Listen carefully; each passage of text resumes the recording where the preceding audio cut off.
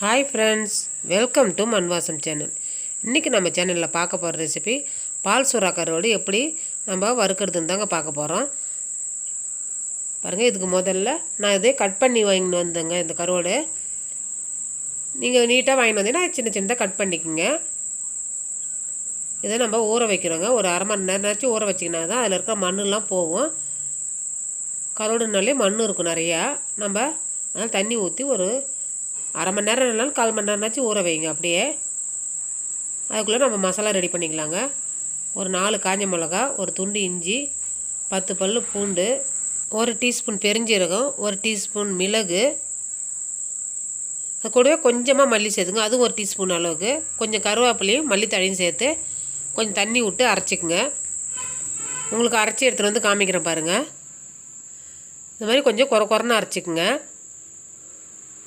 Case on பண்ணிவிட்டு வானலை வச்சுட்டு 2 table spoon அளவுக்கு எண்ணெய் விட்டுக்குங்க.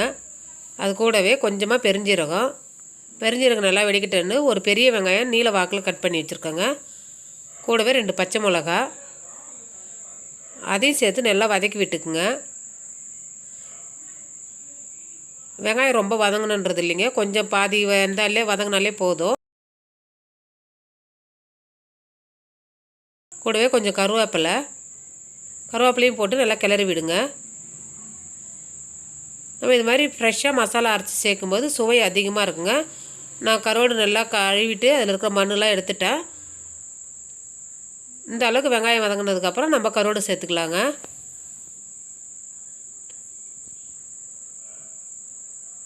உப்பு கருவாடாக இருந்ததுன்னா நீங்கள் உப்பு சேர்க்க தேவையில்லை. இது உப்பு கருவாடு இல்லை, அதனால் நான் உப்பு சேர்க்குறேன். நீங்கள் உப்பு இருந்ததுன்னா அப்புறம் நீங்கள் உப்பு போட்டிங்கன்னா கறிக்குங்க, செய்யக்கூடாது. அது மாதிரி கருவாடு போட்டு நல்லா வதக்குங்க. இப்போ நம்ம அரைச்சி வச்சுருக்கோம் அந்த பேஸ்ட்டை போட்டுக்கலாங்க. அதில்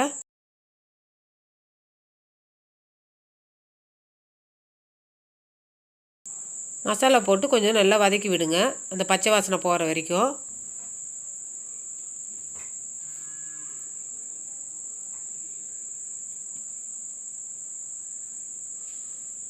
ஒரு 3/4 டீஸ்பூன் மஞ்சத்தூள் சேருங்க. கொஞ்சம் இதுக்கு தேவையான உப்பு சேர்த்துக்குங்க. இது உப்பு இல்லாதனால உப்பு சேர்க்குறங்க திரும்பவும் சொல்கிறேன் நான். ஏன்னா நிறைய கருவாட்டில் உப்பு சேர்த்து தான் காய வைப்பாங்க. அதனால் நான் சொல்கிறேன், உப்பு சேர்க்கும்போது கருவாட்டில் உப்பு இருக்குதான்னு பார்த்துட்டு அப்புறம் சேருங்க. இந்த பால் சூறா கருவாடு பார்த்திங்கன்னா குழந்தை பெற்றவங்களுக்குலாம் நிறைய செஞ்சு தருவாங்க. பால் கிடைக்குன்னு சொல்லுவாங்க. ஒரு 1/2 கிளாஸ் தண்ணி சேர்த்து நம்ம வேக விட போகிறோங்க. ரொம்ப தண்ணி சேர்க்க தேவையில்லை. அவ்வளோதாங்க, நல்லா கிளறி விடுங்க. தண்ணி நல்லா கொதிக்கிட்ட அப்புறம் தட்டு போட்டு மூடிடலாங்க. மாதிரி ஓரத்தில் இருக்கிறதுலாம் எடுத்து விட்டுடுங்க.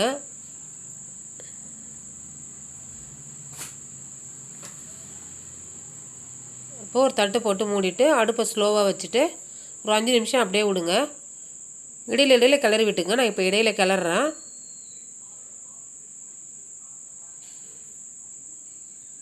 இந்த மாதிரி கிளறி விட்டிங்கன்னா அடி பிடிக்காத இருக்கும். அதுக்கு தாங்க. நீங்கள் இன்னும் கருவாடு வந்து சின்ன சின்ன பீஸாக கூட போட்டு நீங்கள் இந்த மாதிரி செஞ்சுக்கலாம்.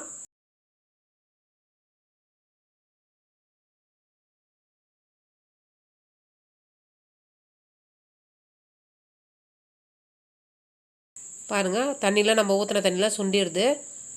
உங்களுக்கு இந்த அளவுக்கு வேணும்னா நிறுத்திக்கலாம். நீங்கள் இன்னும் ட்ரையாக வேணும்னா கொஞ்சம் தண்ணி சுண்டுட்டன்ட்டு வச்சுட்டு அதுக்கப்புறமேலாம் எடுத்துக்கலாம். இது மாதிரி சாந்து மாதிரி இருந்தால் தான் நீங்கள் சாப்பிட்றதுக்கு தொட்டுன்னு சாப்பிட்றதுக்கு நல்லா டேஸ்ட்டாக இருக்கும்.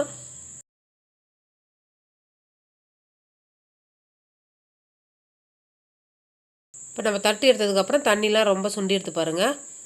அவ்வளோதான். இதில் நம்ம கொத்தமல்லியும் கருவேப்பிலையும் போட்டு இறக்கிடலாங்க. சாம்பார் சாதத்துக்கு, ரசத்துக்கு சூப்பராக இருக்குங்க. இது மாதிரி கருவாடு வறுத்துட்டு சாம்பார் வச்சிட்டிங்கன்னா சூப்பராக இருக்கும். அதான் ரெடி ஆகிடுச்சிங்க. இந்த ரெசிபி பிடிச்சிங்கன்னா மண் வாசம் சேனலில் லைக் பண்ணுங்கள், ஷேர் பண்ணுங்கள், கமெண்ட் பண்ணுங்கள். தேங்க்யூ.